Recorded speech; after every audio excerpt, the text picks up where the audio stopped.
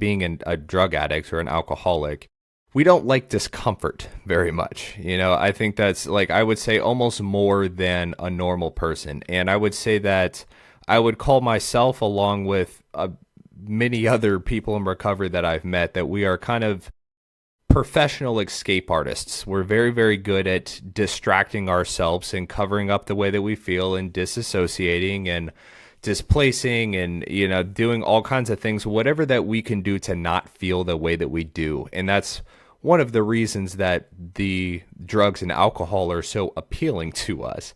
And when I started to do this work in the first place, like, I had to navigate through that because I don't want to feel any type of discomfort. And I think that that's a pretty ubiquitous experience for humans. Like, why would we want to feel uncomfortable? Yeah.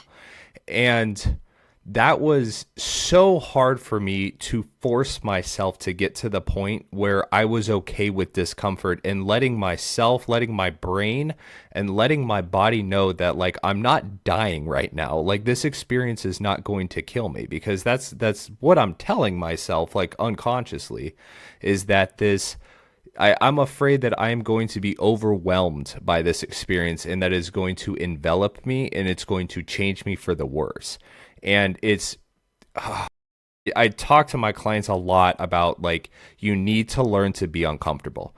You need to learn how to be, have that, like, self-observing ego, look at, like, whatever is happening that is uncomfortable, whether that be frustration, resentment, bitterness, anxiety, shame, guilt, like remorse, any of those kinds of things that, like, we don't want to deal with. Like, you have to sit in it. You have to be aware of, this is happening to me. This is how it's showing up in my body. This is how it's showing up in my behavior. This is what this feels like. And I try to push that heavy, heavy, heavy. You need to be uncomfortable. Mm-hmm. What do you think, Crow? Absolutely. That's number one. There's a lot around that. There's a ton in what you just said. But I think here is where I always tell my clients that I don't think it's in your head. I think it's in your body. So let's start there. This is, and a lot of times we're coming at psychological answers with psychological answers for a physiological problem. And I think that it needs to be more somatic. And if they can't learn to find new ways of pathologically coming at it, it needs to be proven from the bottom up, through the body, through the temple. We need to retrain our body to allow it, to give it space, to open up, to give new meaning to discomfort, ritual, routine, habits, and to find a new means that's all encased in that.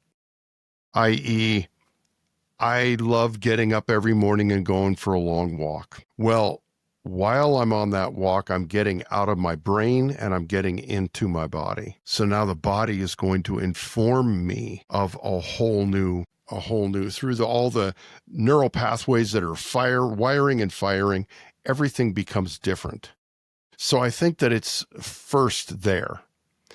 And I think that allows us the difference, the opportunity right there to understand, and we can go further. And this is why so many people in recovery become gym rats in recovery. They turn into gym rats.